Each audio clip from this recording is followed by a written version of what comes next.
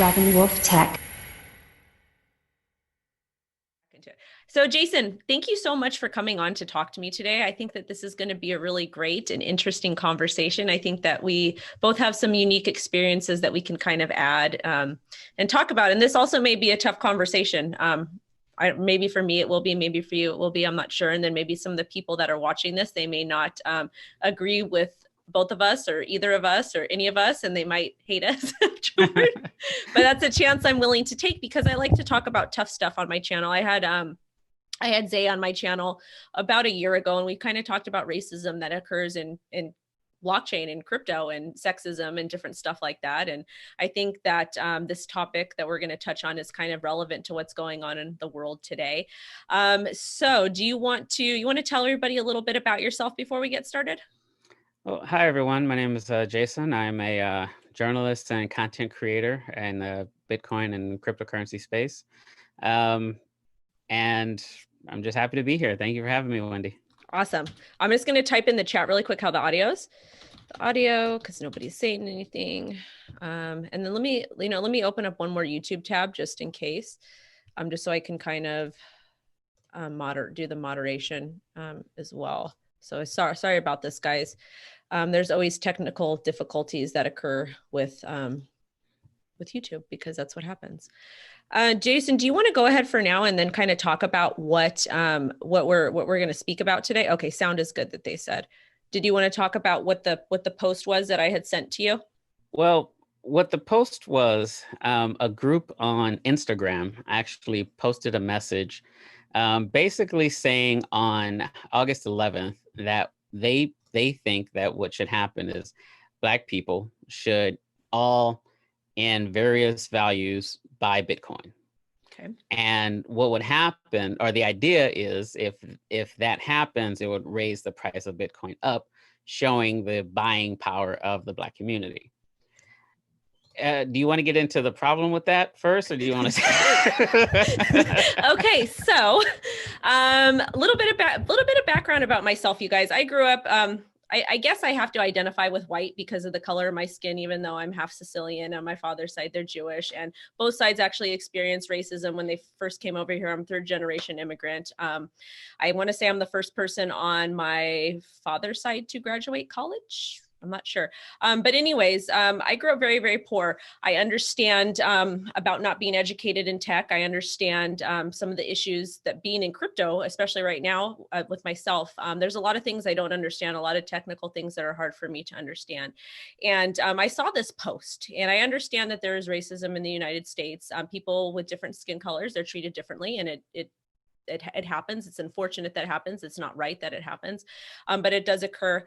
So when I saw this post about people that are bringing signs to protest stating Bitcoin will save us, Bitcoin is the answer, Bitcoin is going to change the system, Bitcoin is going to end racism.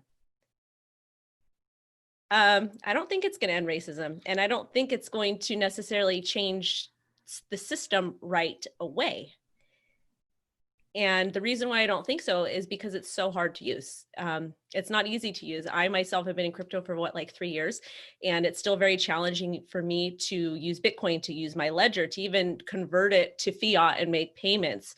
I don't know anybody in my circle that would be interested in using Bitcoin to put their whole life savings into Bitcoin to fight the system and to fight oppression. Because let's say that you're living on a fixed income, you have $1,000, you throw your $1,000 USD into Bitcoin, you go to pay your rent at the end of the month, that is $1,000, and we have some volatility in the market. We get a trader with a big old bag that dumps the market, a whale that dumps the market about 10%, and then the person that has this Bitcoin minus the fees only has about $900. So how are they supposed to pay their bills with it? Right. Yeah. And also too, let's talk about private keys. Well, okay. So because your first point actually, I think, goes into what the issue with this post on Instagram. Because for one, it's not really giving context into getting into Bitcoin to begin with. Because it's just telling you to buy it, but it's not telling you anything about security. It's not telling you anything about where to store it. It's not telling you anything about public private keys. It's not telling you any of that stuff. It's just telling you to buy it.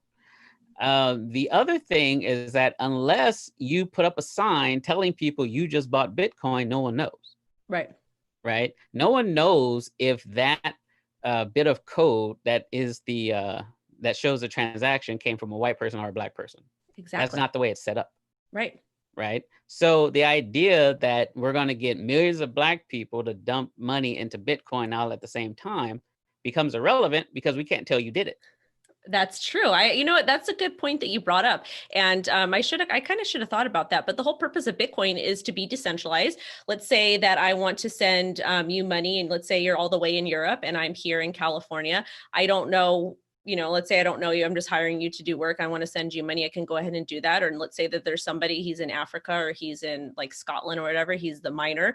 I don't know what race he is. I don't know what skin color he is. It's about a decentralized marketplace, a decentralized ecosystem to where we're not supposed to know too much about the other person. It's essentially supposed to be private, even though that can be debated that, when using Bitcoin, it's not super private, but I don't know what the person looks like. So how is that going to say we're taking our power back? We're going to be powerful and we're going to purchase this. Bitcoin to me is more of an investment right now. It's not really a great way to pay for things. Right. Well, I mean, it would be closer to telling people to buy stock in a business, right? That's a good way to look at it. If on 8/11 we all bought Tesla stock and showed that the buying power and this is how we all own this much of this company, it's more like that. But it doesn't work for crypto by and large because of the nature of crypto. It's not meant to say to red flag Jason did this. It's not meant to do that. Right.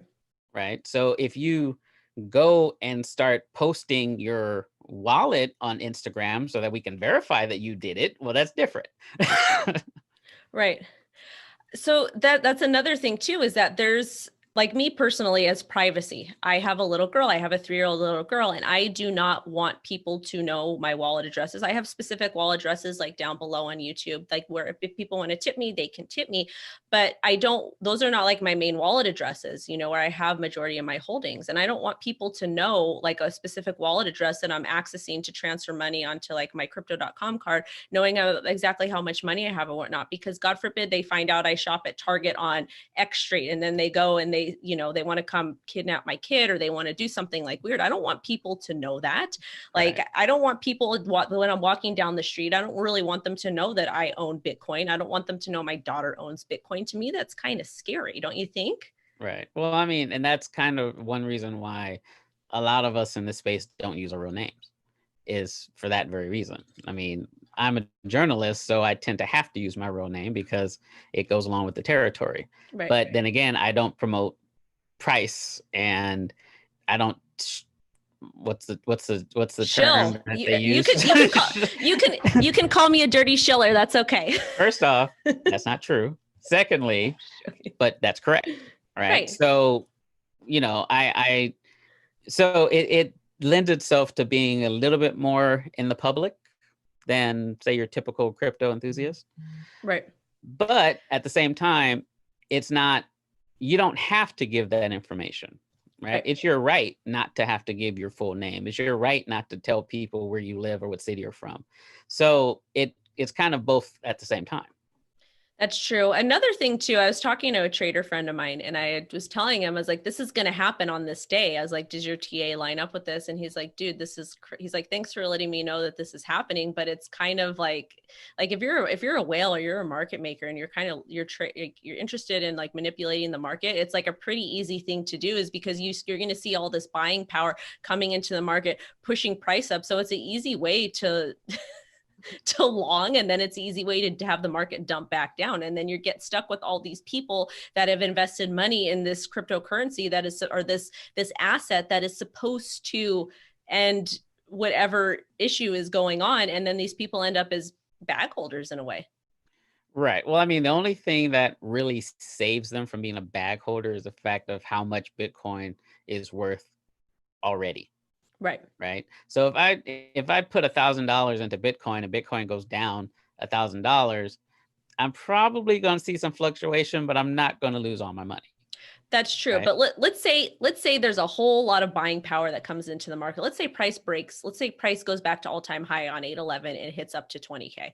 And then Right. someone, a big market maker, a big whale is like, oh, okay. And then everybody in crypto that knows how to trade and knows how to take profit, they just start taking profit and then the market crashes. Then you have these people that bought Bitcoin without any education at 20K and that price goes back to 10K. Right. Those are the people who would get wrecked. Yes. And because that's what happened last time. exactly.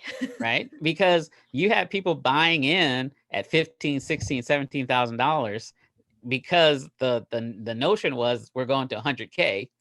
Right. I remember I was a knob there and I got completely wrecked because I had no idea about technical analysis, how markets work. I had basic economic understanding, but not enough to understand, okay, this is completely insane. The price is not going to sustain at 20K. Yeah. So the issue then with this post is that what would happen, like you say, all this money coming into Bitcoin at the same time, people would just, I mean, and again, because we don't know who's all running around in this space, they don't know that this money is to prove a point about Black empowerment or Black wealth. So all they know is that, oh, Bitcoin went up, so let me sell.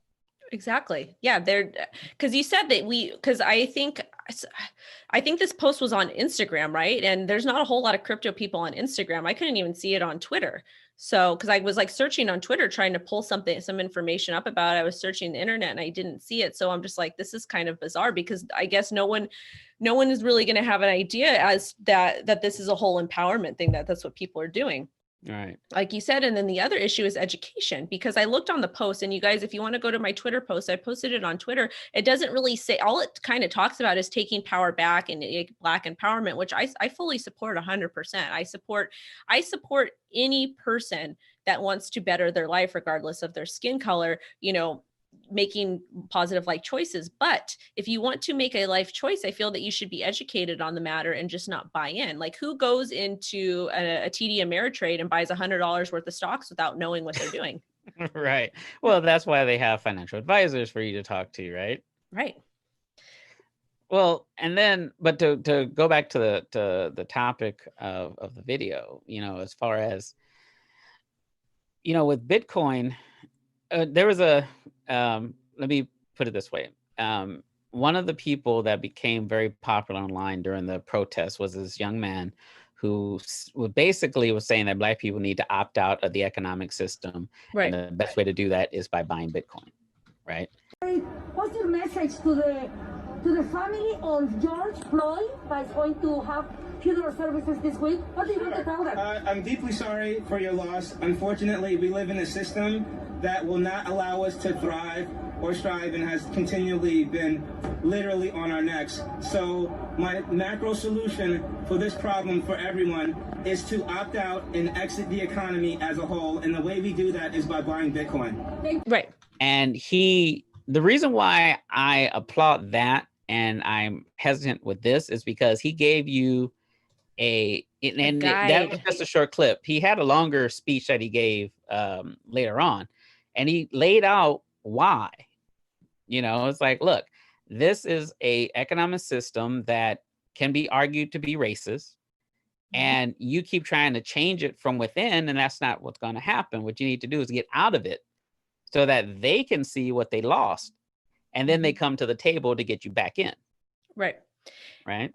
And see, I agree with that, because the system is, first, in some cases, there are laws in place to protect people of different ethnicities and different races and gender and stuff like that. And I do think that sometimes that is important, because people get taken advantage of all the time. So there are laws and checks and balances put in place that are supposed to prevent that. But at the end of the day, a lot of times we do see a lot of injustices that occur, regardless whether it's with police or whether it's with mortgage loans or whatever it is. And it could be due to somebody's skin color.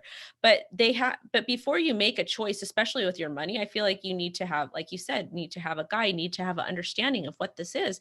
And another thing that concerns me about people just kind of blindly buying Coinbase, blindly buying Bitcoin is, let's say that let's say that they don't use Coinbase. Let's say that they use some random, or Cash App. Let's say they use some random app and then they lose their private keys. Or let's say they buy $1,000 on August 11th and then they want to transfer it to a wallet and, or, you know, like a ledger, and they have no idea how to use the ledger. And then they misplace, you know, they get the wallet address screwed up and it gets, the $1,000 is gone because they weren't educated enough to understand that, you know, you have to make sure that everything is sent correctly. Or let's say they lose their private keys. Well, I think, that's one reason why I like apps like Cash App is a lot of people already use Cash App, right, for non-Bitcoin reasons. So it's just adding another layer to your account when you enable Bitcoin. The problem that, as I see it, and you kind of touched on it, is now that you have it, now what? Right. You know, it's like, okay, I bought Bitcoin. Yay. You know, so, and you also have to remember that we're still in an environment where the laws surrounding Bitcoin haven't been ironed out yet in various markets, right? And the US included. So what happens if you have all these people buying Bitcoin and then what's his name? Congressman Sherman, the D-bag, gets his law passed outlawing it. Now what? Yeah. What's going to happen? People need to be aware of the environment that they're coming into. You and I have been in this environment for years, so we know what to look for. But just some random person, ooh, what's this Bitcoin stuff? They don't know. Yeah, I think like even my mom, I talked to my mom about Bitcoin and she's still kind of weary about it just because of the volatility that's in the market. And it makes her scared to want to put her wealth in it. Not that she's got a lot of money, but like even $100, that's a lot of money to my mom. That probably would pay for groceries for the whole month for her, or maybe the whole like 2 weeks. So, you know, it's kind of a scary thing for somebody. So I guess my next question for you is what solution would you have for the Black community if they want to take a stand and they want to have their voices heard in the crypto space? Like, do you think that buying Bitcoin is the solution for that, or what? Like, how would you go about it? What would you tell a family member that came to you and said, Jason, I feel that I'm being treated I feel like I'm not being treated fairly. What should I don't want to go out to the protest. What should I do to stand up and to have my voice heard? Well, I mean, there's different things that you can do besides Bitcoin in general. You can give to groups that are out there protesting. You can support groups that do support equality or equity, or whatever term we're currently using, you know. But yeah, don't get yourself canceled right now. Right, exactly. I swear, guys, I didn't mean. No, if they cancel you, they'll cancel me because we're here. So they could cancel me all they want. I am a national treasure. Nobody will cancel me ever. All right, so I'm protected by the shield of Wendy. You're my big bro. I got you. All right, I appreciate that. But no, I mean, in reference to finance, though, the best thing to do is to get educated before you buy anything. See where the problems are, see where the holes are, see where the issues are that they're making for you that you can get addressed specifically. Because with all of this talk about defunding the police, I'm not hearing too much about getting rid of redlining. I'm not hearing a lot about, you know, instead of having police from a completely different area, like we're both in LA. So you could have a police officer from Sherman Oaks policing Watts, and they're nowhere near each other. Right. People might get mad about that though. Well, but I mean, if I've heard it said, and that it's better to be policed by people who live in the community. I agree that they're policing. No, I think that is a good idea. And the reason why it's a good idea is because you know the neighborhoods, you know, well, there's two things that go with that, is that you know the neighborhoods, you know the kids, you can establish a relationship with them. But then you also get these D-bag cops that come in that may have gone to like middle school with somebody that ended up. I want to take it out on. That's happened before. That has happened before. That's true. I mean, I know somebody that I know someone that happened to, and it was it was a very terrible situation. It was, Well, yeah, you do open yourself up to that, but that's where the ethics and rules of the police force come into play. Um, my other concern, and to tie it back to the whole to Bitcoin and everything, my other concern is that it's one thing to buy it, but something else to be making the ecosystem that supports it. right. Which I think a lot of people, because there's a lot of Black people in the tech industry that nobody hears about. And one way to bring ourselves to the forefront is to make the programs that support this ecosystem, or make your own crypto. Right. You know, like don't tell the maximalists that. Well, unfortunately, I'm not a maximalist. I just hang with them. Okay. I'm maximalist adjacent. But I mean, but that's how you do it. I mean, nobody knew you okay, for example, what's her name? Tavania Evans created Guapcoin. Okay. Right? Oh, yeah. I think I met them. She made a name for herself by being the first Black woman to make her own crypto. Okay. So maybe it's somebody else I'm thinking of. Maybe. But that's how you do it. I mean, you're waiting for people to acknowledge you who don't have to. Right. I guess my issue with that is, let's say that you are poor and you live in the hood, and you're a poor minority, you live in the hood, you're getting really tired of being treated not equal to somebody else. Then and you don't have the tools to do that. So I guess what I think that they're trying to do on on August 11th, is they're trying to just get people to buy Bitcoin so that they can have their voices heard, and so that they can feel empowerment. But like we said, if you're not educated in it, it's a bad thing. But what advice would you tell somebody? Oh, and then there's someone asked a question in a chat that I'm gonna definitely talk about that. But how would you tell that kid that if they wanted to come buy Bitcoin on August 11th, they wanted to unite with their community and buy Bitcoin on August 11th, what would you, and what advice would you give them? Like, what else could they do besides doing that? Because everybody wants to feel a part of something bigger if it's going to be a big movement. What I would do, and this is just my personal opinion, what I would do is, instead of telling them to just buy random Bitcoin, what I would tell them to do is try to make 811 a day where you talk to groups about accepting Bitcoin instead, right? So talk to the NAACP about accepting Bitcoin. Talk to the Black gun rights associations and have them accept Bitcoin, things like that. That's more of a long-term solution than just telling people on a certain day to buy Bitcoin. I agree. And one of the things that I've done is that I've stopped and I've talked to people of all different backgrounds, because that's what I do. I mean, that was my old job, was to work with people from all different backgrounds when I work in infectious disease, and talk to them and find positive solutions. So I'll do that. If somebody stops me, I'll talk to them. I don't care what race they are and whatnot. But somebody had posted something in the chat, and they said, is racism really a mainstream issue in the crypto space? Do you want to answer that? And then I can go ahead and answer that. Well, okay. So it's a hard question, because speak freely too, and honestly.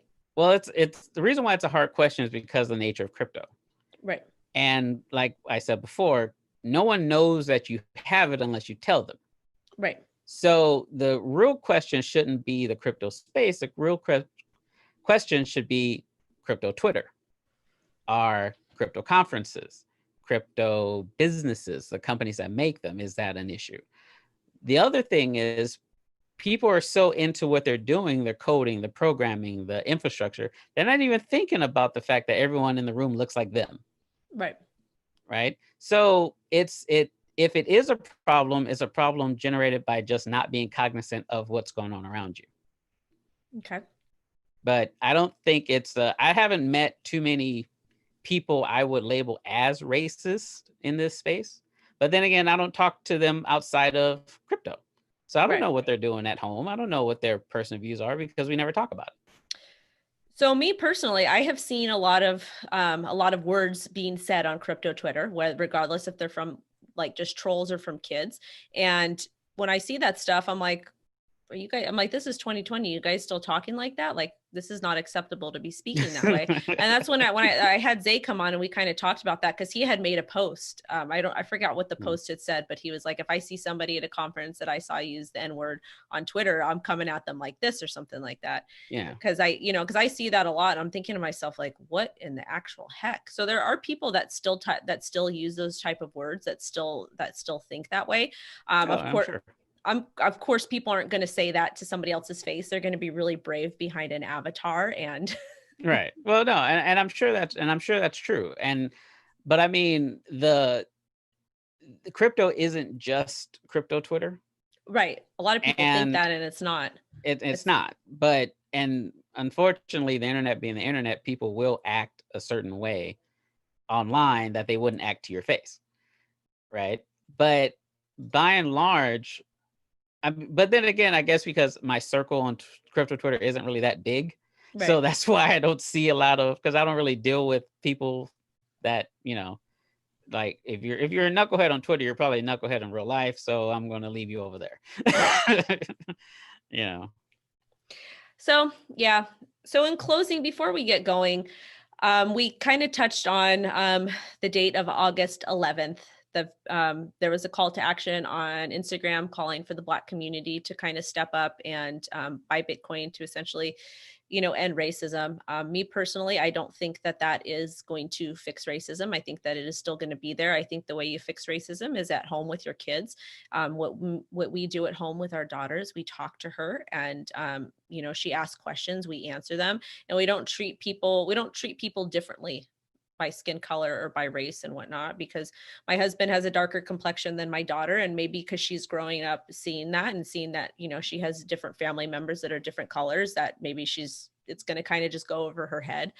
So that's how we kind of combat that. But I think that if people want to, if they're interested in helping a community invest or purchase Bitcoin, a guide needs to be given. They need to give them some sort of education and actual tool, and maybe some educational videos or a PowerPoint or just a basic conversation of what it is and how it could improve their quality of life.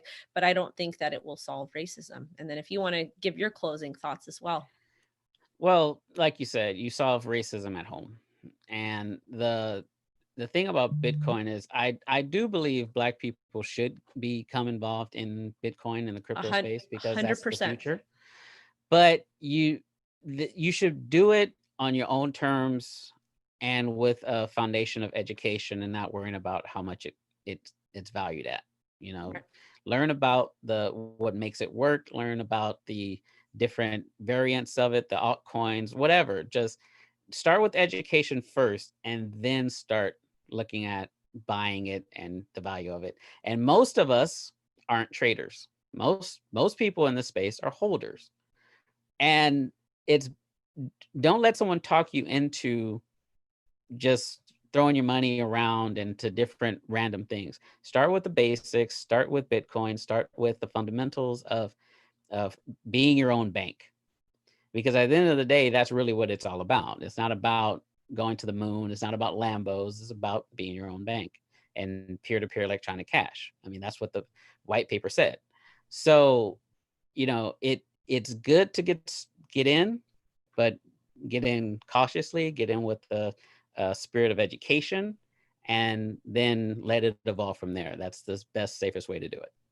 Yeah, I definitely agree with you on that. I think it is important to kind of, dip your toes in, and don't just buy $100 of Bitcoin or X amount of dollars because somebody is pressuring you to doing that, or because you feel that you have to participate in a movement, because if you don't, then you would be labeled as a racist. I don't think that. We all have different approaches to things. We have different mindsets, and we all learn differently.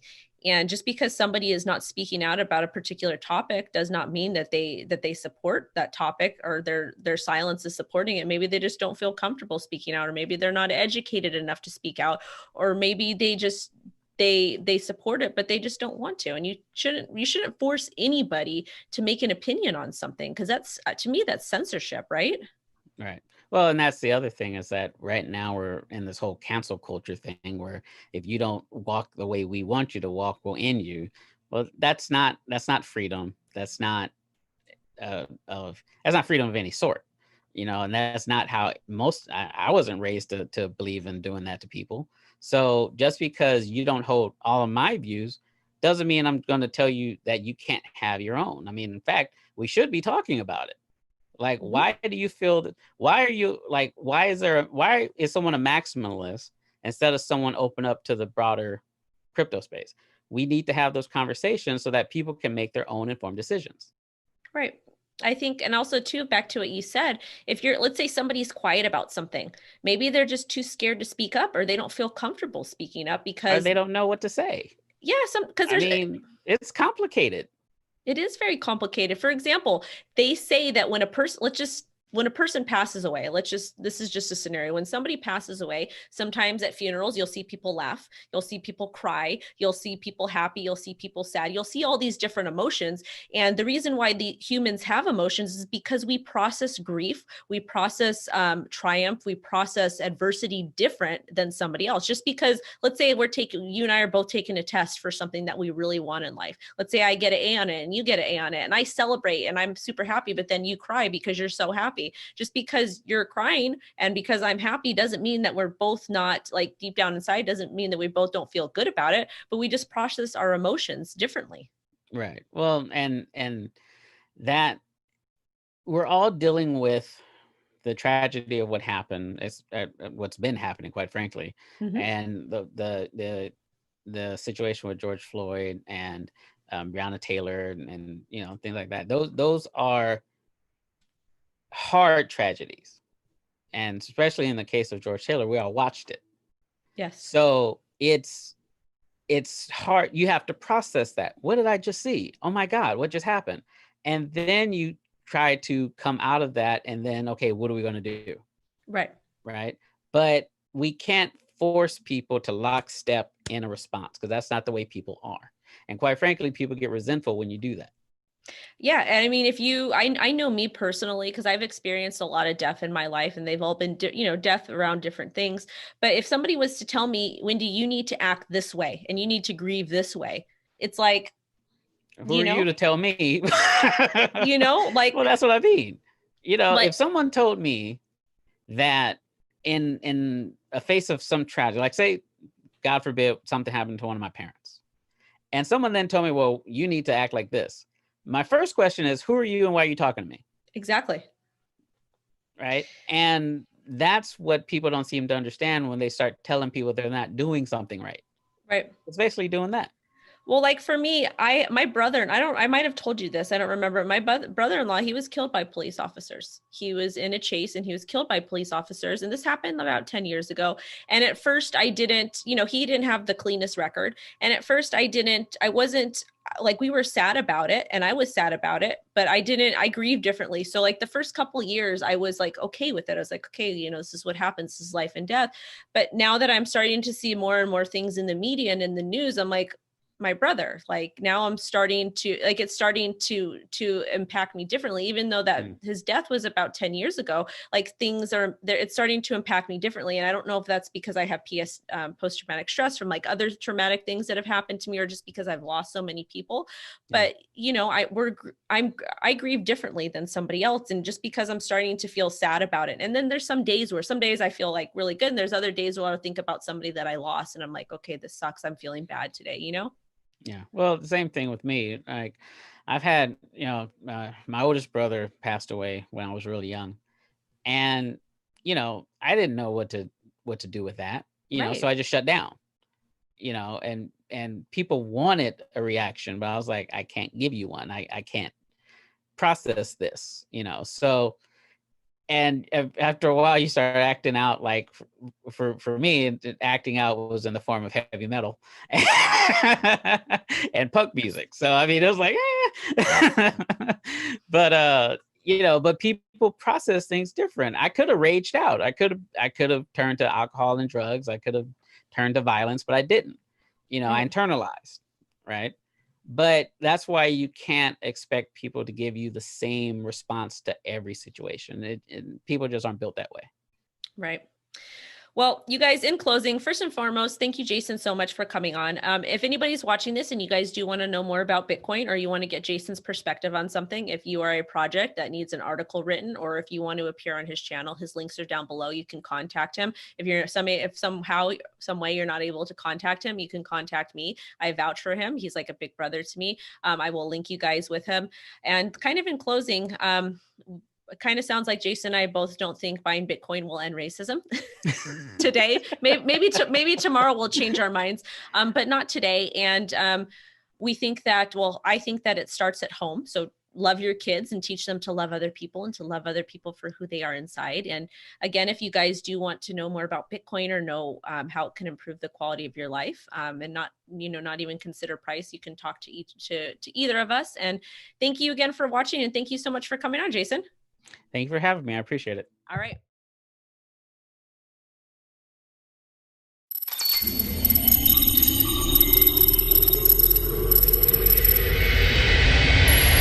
Dragon Wolf Tech.